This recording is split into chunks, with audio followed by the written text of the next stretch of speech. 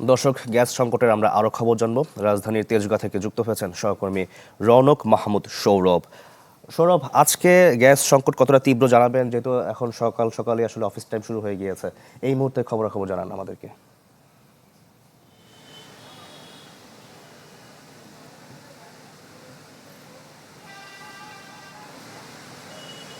শাকিল, আমি আছি এখন রাজধানীর তেজগাঁয় যে ফিলিং স্টেশনটিতে।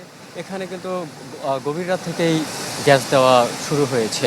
তবে আমরা এখানকার কর্মচারীদের সাথে কথা বলেছি, তারা আমাদেরকে জানিয়েছেন যে বেলা বাড়ার সাথে সাথে কিন্তু সেই আগের দিকে আগের মতোই হয়ে যায়, গ্যাসের চাপ থাকে না। আর এই ভোগান্তিতে পড়ছেন চালক থেকে শুরু করে মালিকপক্ষ বলছেন যে ফিলিং স্টেশনের মালিকপক্ষরা বলছিলেন যে তাদের ব্যয় দিন দিন বাড়ছে, কিন্তু তাদের আয় হচ্ছে না, কারণ গ্যাসের চাপ না থাকার কারণে তাদের যে সংকটটিতে পড়তে হচ্ছে। এদিকে বিদ্যুতের দামও বাড়তি, সেই দিকে তারা কিন্তু খুব একটা লাভবান হচ্ছেন না। এদিকে চালকরা বলছিলেন যে তারা রাত থেকে ভোর পর্যন্ত থাকার পরেও যেই পরিমাণ গ্যাস তারা পান তা দিয়ে কিন্তু তারা চলতে পারেন না। আবার দেখা গেছে যে দিনের বেশিরভাগ সময় কিন্তু তাদেরকে থাকতে হচ্ছে এই ফিলিং স্টেশনের লাইনে। এদিকে আমরা কয়েকটি ফিলিং স্টেশনে দেখেছি যে ফিলিং স্টেশনগুলো মহাসড়কের পাশে হওয়ার কারণে এই গাড়ির সিরিয়াল অনেক সময় গিয়ে প্রধান সড়কে গিয়ে ঠেকে। এই কারণে যানজটের সৃষ্টি হয় বলে অভিযোগ করেছেন পথচারীরা।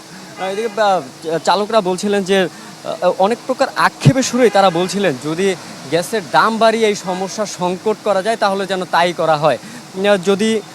যদিও বিভিন্ন মহল থেকে জানানো হচ্ছিল যে এলএনজি টার্মিনাল থেকে যেই ক্ষতিগ্রস্ত এলএনজি টার্মিনালটি হয়েছে, সেই এলএনজি টার্মিনাল থেকে কবে নাগাদ গ্যাস সরবরাহ শুরু হবে আবার সেইটি কিন্তু এখন পর্যন্ত কেউই জানে না।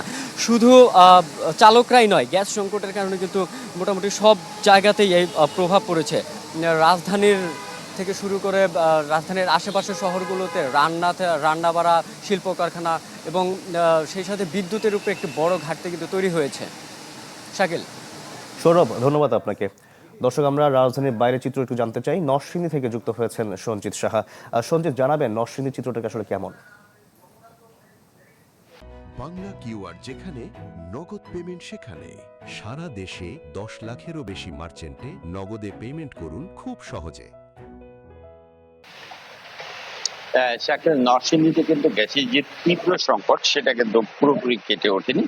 তবে গ্যাস পাম্প গুলাতে আজকে কিন্তু গ্যাস পাওয়া যাচ্ছে এবং যানবাহনের যে চাপ, সেই চাপ কিন্তু তুলনামূলক খুবই কম। অন্যান্য দিনের তুলনায় আমরা দেখেছি অন্যান্য দিন যে গ্যাস পাম্প গুলাতে দেখবেন যে যানবাহনের বেশ চাপ ছিল এবং দীর্ঘ একটি লাইন ছিল। এই লাইনটি আসলে মহাসড়ক পর্যন্ত চলে গিয়েছিল এবং চালক যারা রয়েছে তারা কিন্তু ঘন্টার পর ঘন্টা অপেক্ষা করে কিন্তু গ্যাস নিতে হয়েছে। আজকের যে চিত্র সেটা কিন্তু তুলনামূলক কম, এখানে গ্যাস পাওয়া যাচ্ছে এবং যানবাহনের চাপটাও কম।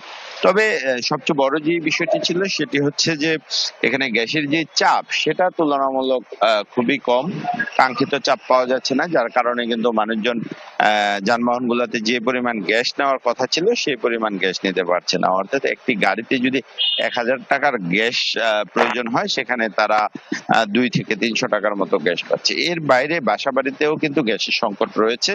বাসাবাড়িতে কিন্তু অনেক দিকেই কিন্তু নরসিংদীর বিভিন্ন এলাকায় কিন্তু কোথাও কোথাও গ্যাস সরবরাহ বন্ধ, আবার কোথাও কোথাও কিন্তু গ্যাস সরবরাহ রয়েছে। তবে যেসব এলাকায় গ্যাস সরবরাহ রয়েছে সেখানে কিন্তু গ্যাসের চাপ কম, চুলা খুবই নিবিড় আকারে জ্বলছে, যার কারণে কিন্তু সাধারণ মানুষের কিন্তু ভোগান্তি হচ্ছে। এর বাইরে শিল্প কারখানা যেগুলো রয়েছে সেগুলো কিন্তু উৎপাদন ব্যাহত হচ্ছে। অর্থাৎ গ্যাস নির্ভর যে শিল্প কারখানাগুলো রয়েছে সেগুলো অনেকাংশেই বন্ধ রয়েছে। আপনি জানেন নরসিংদী একটি শিল্পাঞ্চল, এই অঞ্চলে কিন্তু পোশাকের তৈরি যে বিষয়টি রয়েছে, অর্থাৎ বাংলাদেশের যে পোশাক যে চাহিদা রয়েছে তার একটি বড় অংশ কিন্তু এই অঞ্চল থেকে মিটিয়ে থাকে। আসলে এই গ্যাস সরবরাহ বা গ্যাসের সংকটের কারণে কিন্তু যে শিল্প কারখানা বা স্পিনিং মিল গুলা রয়েছে তার অধিকাংশ বন্ধ হয়ে গেছে এবং এই বন্ধের কারণে কিন্তু উৎপাদনে ব্যাপক একটা ধস নেমে এসেছে। একই সাথে শ্রমিক যারা রয়েছে তারা কিন্তু বেশ বেকার হয়ে পড়েছে। তো এই অবস্থা যদি চলতে থাকে আসলে এই সংকটটা আরো তীব্র থেকে তীব্র হবে এবং এর প্রভাব কিন্তু চারপাশে ছড়িয়ে পড়বে, অর্থাৎ সাধারণ জনগণের মধ্যে ইতিমধ্যেই গ্যাসের যে সংকট বা তার যে প্রভাব সেটা কিন্তু ছড়িয়ে পড়ছে এবং সাধারণ মানুষ কিন্তু ভুক্তভোগী। তারপরেও আমরা সিএনজি পাম্পে দেখতে পাচ্ছি যে সাধারণ মানুষ যারা রয়েছে তারা কিন্তু একটা ভোগান্তির শিকার হচ্ছে। সবচেয়ে বড় যে বিষয়টি হচ্ছে অসুস্থ রোগী বা অ্যাম্বুলেন্স বাহী যেসব যানবাহন রয়েছে তাদের আসলে খুব বেশি ভোগান্তিতে হচ্ছে। মুমূর্ষু যাত্রীরা যখন হসপিটাল যাচ্ছে তখন কিন্তু গ্যাসের অভাবে তাদেরকে দীর্ঘ একটা সময় অপেক্ষা করছে। এতে কিন্তু রোগী যারা রয়েছে তাদের কিন্তু আসলে নানা সংকটময় পরিস্থিতিতে পড়তে হচ্ছে। তো এই ছিল সর্বশেষ অবস্থা। শাকিল।